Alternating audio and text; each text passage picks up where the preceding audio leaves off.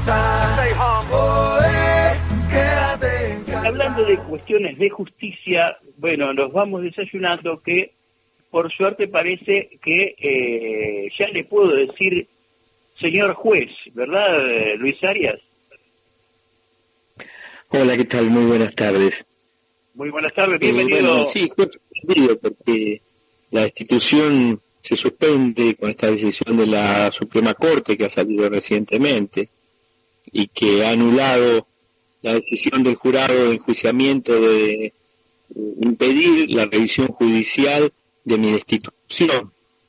Como ustedes saben, en 2018 un jurado de enjuiciamiento integrado mayoritariamente por legisladores de Cambiemos me destituye del cargo sin motivo, revisando el contenido de mis sentencias, cosa que es absolutamente prohibido porque es la base de la independencia de los magistrados, y no podemos ser juzgados por nuestra forma de interpretar el derecho, y esto es lo que hicieron, porque no tenían ninguna irregularidad que reprocharme. Por el contrario, el juzgado de mi cargo está absolutamente al día, no teníamos denuncias de abogados, de empleados, de particulares, y el Colegio de Abogados, a través de una encuesta que realiza todos los años a los abogados a través de la Facultad de Ciencias Económicas, nos elegían el mejor juzgado con puntajes que no tenía ningún otro juzgado de La Plata. La última vez que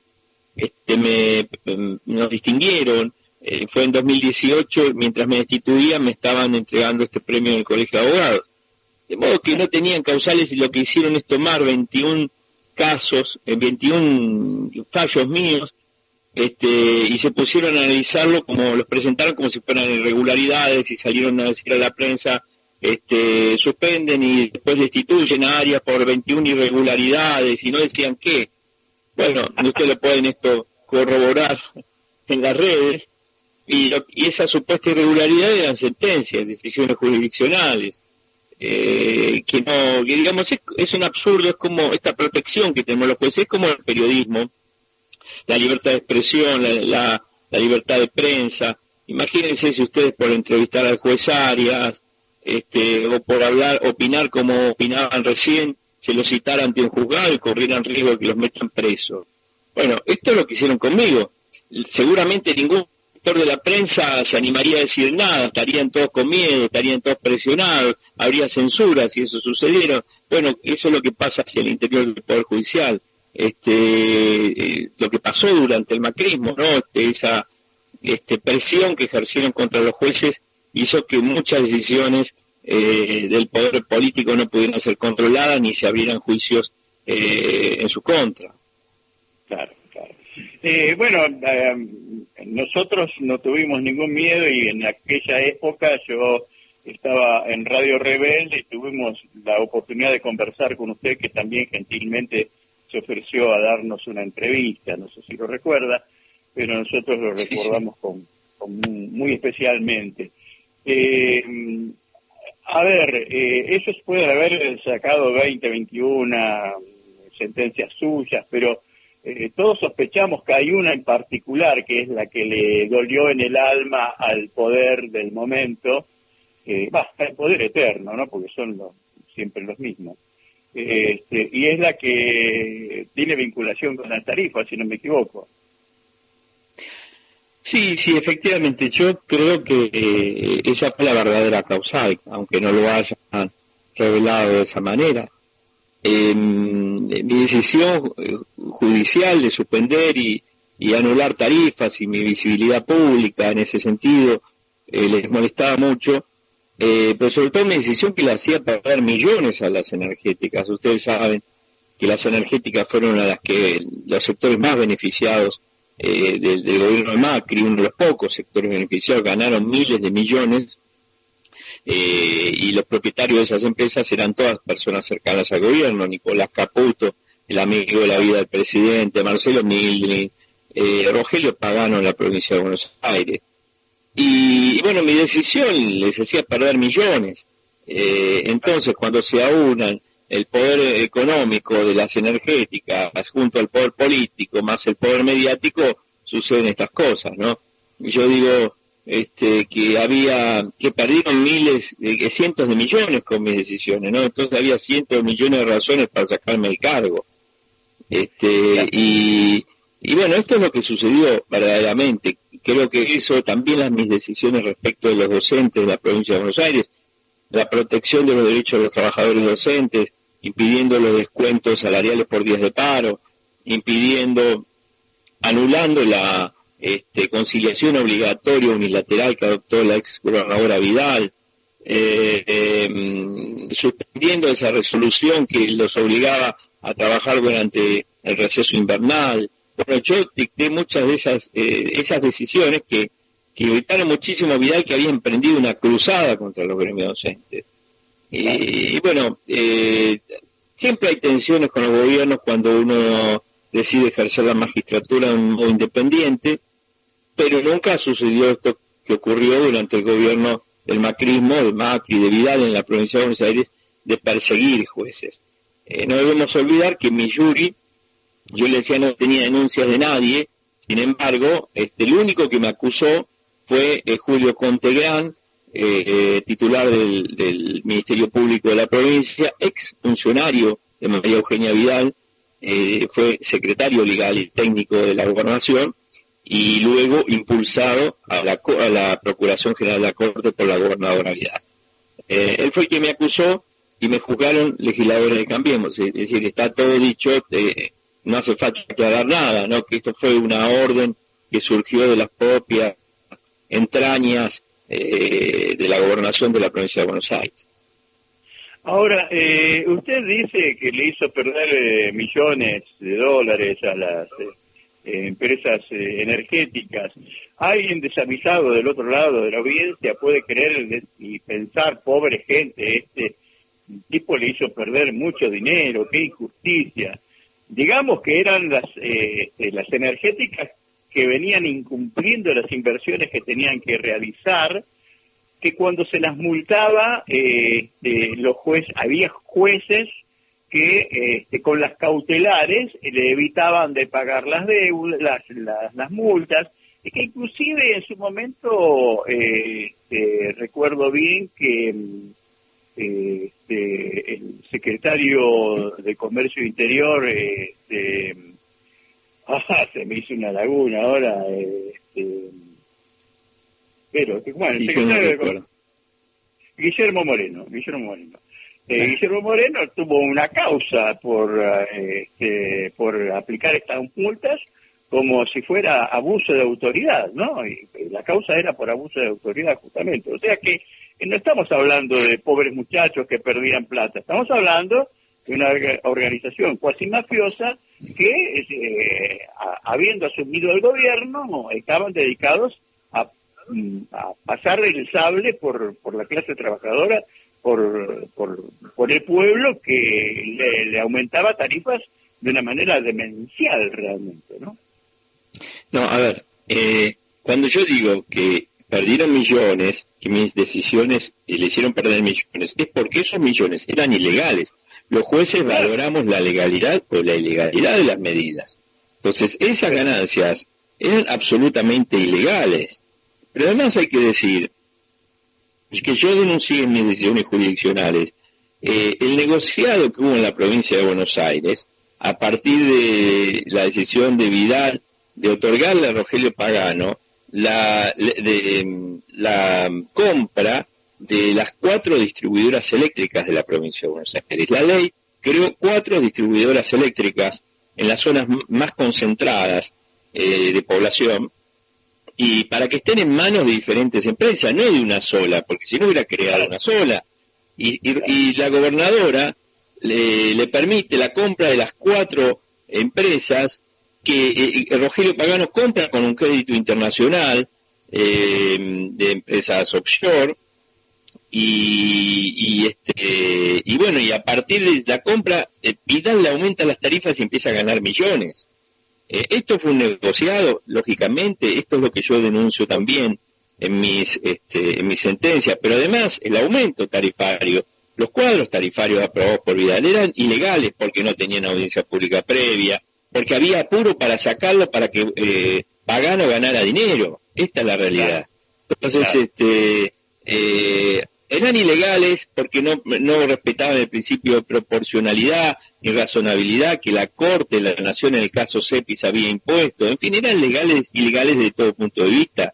No son personas que trabajaban para ganar dinero lícitamente, ¿comprende?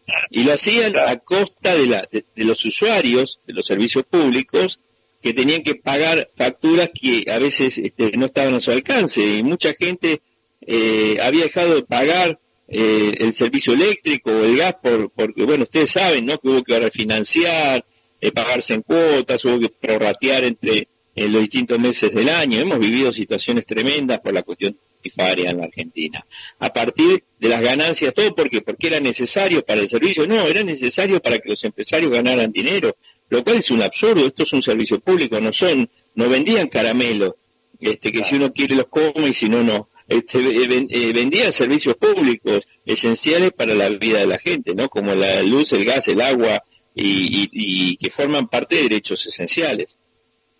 Bueno, nosotros festejamos esta decisión y que se termine haciendo justicia con su nombre, con su honorabilidad y con su lugar de trabajo, ¿no es cierto? ¿Usted cree que hay un horizonte positivo en cuanto al tema del Poder Judicial? Bueno, yo creo que en este momento, en este contexto sí, porque Alberto Fernández es un jurista, en primer lugar, es un demócrata, tiene una visión crítica del Poder Judicial y ha prometido no interferir, y yo creo que es así verdaderamente. Y lo que estamos viendo es un amplio margen de libertad para los jueces en este momento, que les permite su independencia. Y me consta personalmente, porque Alberto estuvo muy cerca cuando me destituyeron, ayudando, apoyando por las redes sociales. Fue muy activo en ese sentido, uno de los pocos funcionarios y dirigentes que se la jugó. Así que yo creo que este es un buen contexto, pero creo que las reformas que están en ciernes, que las reformas que se proyectan son de carácter técnico, y aquí lo que necesitamos es una reforma verdaderamente política del Poder Judicial. Y cuando digo política no hablo de partidos políticos, sino de poder.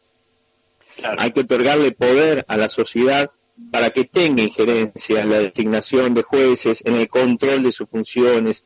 Hay que abrir canales de participación social, ¿no? Con audiencias públicas, por ejemplo, cada vez que hay una postulación de jueces o fiscales, tiene que la sociedad poder expedirse.